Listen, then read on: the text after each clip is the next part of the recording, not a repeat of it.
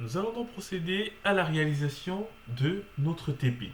Donc, on va déjà se connecter à notre plateforme.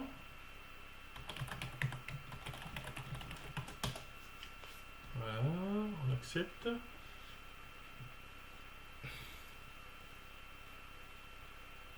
Donc, on se connecte. Ensuite, on va créer notre master. Donc, ça va nous générer une instance. Très bien. Et on va déjà commencer par initialiser notre cluster, c'est-à-dire, nous allons préciser que ce node 1 représente en fait notre nœud master, parce qu'on veut un master et un slave. Il nous suffit de faire un docker swarm init. Voilà. Alors je crois qu'il nous demande de préciser l'option advertise address, qui est tout simplement l'adresse en fait via laquelle les autres nœuds vont rejoindre le cluster, donc notamment le slave. Donc je valide. Dès qu'il initialise, c'est bon, j'ai initialisé. Et il faudra à chaque fois jouer cette commande si lorsque vous allez vouloir rajouter un slave au cluster. Très bien. Donc je vais rajouter une nouvelle instance du coup à mon infrastructure et je vais coller la commande en question. Je la valide et il me dit This node join the swarm has a worker. Très bien. Et si je reviens maintenant sur mon nœud pour vérifier que tout s'est bien passé, je fais un docker node ls et je vois bien que j'ai un node master et un node slave. Tout simplement. Donc là, parce que c'est ici, c'est écrit ici leader. Donc leader, ce sont les masters. Maintenant, je peux me permettre donc de déployer mon application en utilisant Docker Compose pour Swarm. Il est à noter que sur Docker Swarm, les conteneurs en fait sont appelés des services. Donc c'est plutôt un Docker service create. Voilà, il a sa propre nomenclature. Mais on ne va pas trop s'étaler sur Docker Swarm parce que c'est encore un tout autre programme. On va quand même déployer une application pour s'amuser. Donc, vous avez le lien dans le TP. Vous avez cette application ici, qui est une application de vote avec une architecture microservice plutôt pas mal. Donc avec du Python, du Node.js, du Redis, du .NET, du PostgreSQL. Donc c'est assez démonstratif de ce qu'on souhaite faire. Et vous avez plusieurs fichiers qui permettent de déployer l'application, notamment la partie Docker Stack. Donc sur Docker Swarm, on parlera plus de Docker Stack et pas vraiment de Docker Compose. Mais voilà, c'est juste un souci de nomenclature. Donc moi je vais récupérer ce repository ici. Donc je vais cliquer là. Je vais venir le git cloner sur mon master. Donc git clone. Et je colle ici, je récupère le repository. Très bien. Lorsque c'est récupéré, je vais dans le répertoire et je vais ensuite lancer la création de ma stack. Donc docker stack deploy.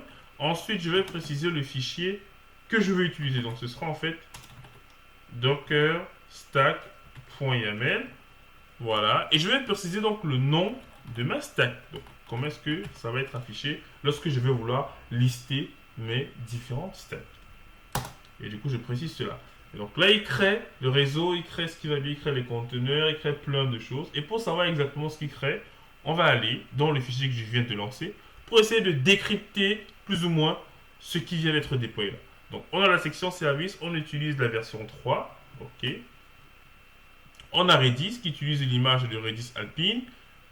Il est dans le réseau front-end. Au niveau du déploy, on précise que c'est un seul réplica. Et au niveau de la mise à jour, c'est en mode parallélisme. Et la politique de restart, on restart uniquement en cas de failure. C'est-à-dire que le conteneur n'arrive pas à démarrer et qu'il exit avec une erreur. Ensuite, on déploie la base de données. La base de données, c'est un Postgre 9.4. On lui fournit les variables d'environnement qui permettront de créer automatiquement cela. On crée un volume. On le met dans le réseau plutôt back-end. Regardez bien, ici il est dans front-end, là il est dans back-end. Très bien. Et au niveau de la partie déploiement, on lui définit une condition qui est une contrainte liée à l'endroit où il sera placé. Donc on dit Postgre sera placé uniquement sur le nœud dont le rôle égale manager. Donc ça veut dire que vous avez la possibilité de gérer des affinités lorsque vous travaillez en mode clustering parce que vous avez forcément plus d'un node. Ensuite, vous avez la partie vote. On dit qu'on expose le 5000. On utilise cette image-ci. Il est dans ce réseau-là. Il dépend de Redis. Et en termes de deployment, vous avez, en termes de, on va dire, de méthodologie de déploiement, on aura ça. Vous avez ensuite le service result avec ces informations-ci que vous connaissez déjà. Le worker, plus ou moins la même chose avec des conditions de placement. Le mode ici, il est en replicated. Très bien. Nombre de réplicas, on en veut 2. Ensuite, les visualizers qui permet en réalité de monitorer notre Docker. Donc, de pouvoir voir en fait quels sont les différents nœuds. Alors, il sera déployé et accessible sur le port 80. Et bien sûr, à la fin, on a la déclaration des différentes ressources réseau et stockage que nous avons défini, que nous avons utilisé, on va dire comme cela, plus haut. Parfait. Donc, après le déploiement, on peut donc faire un Docker stack ls. On a bien notre stack ici. On peut faire un ps vote stack. Et là, on verra encore plus de détails. Et surtout, on verra sur quel nœud est-ce que nos ressources ont été déployées. Et c'est ça qui est intéressant. Vous voyez qu'on a lancé la commande sur le master, mais il est aussi déployé sur le slave. Et c'est pour cette raison que si je vais sur le node 2, qui en fait est le slave, et je fais un docker ps, j'ai quand même des conteneurs ici. Vous voyez. Alors, quand vous voyez point 1, ça veut dire que c'est le premier réplica. Quand vous voyez point 2, ça veut dire que c'est le deuxième réplica.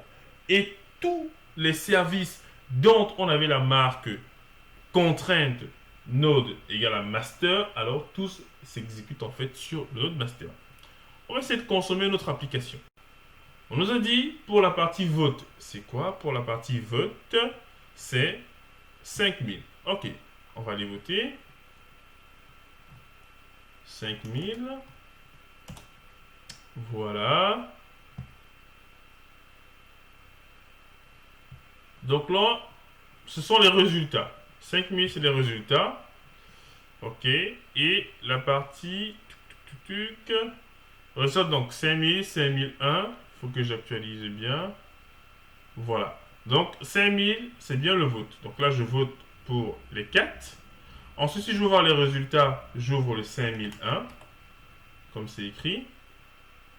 Voilà.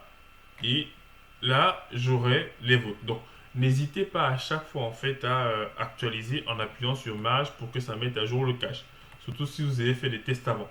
Donc maintenant les gens peuvent voter et tout et du coup il mettra à jour au niveau des votes ici. Mais comme moi bon j'ai une seule interface, c'est pas très intéressant. Mais si plusieurs personnes ont le lien en fait, ils peuvent aller cliquer dessus, il fera un vote et on verra le résultat.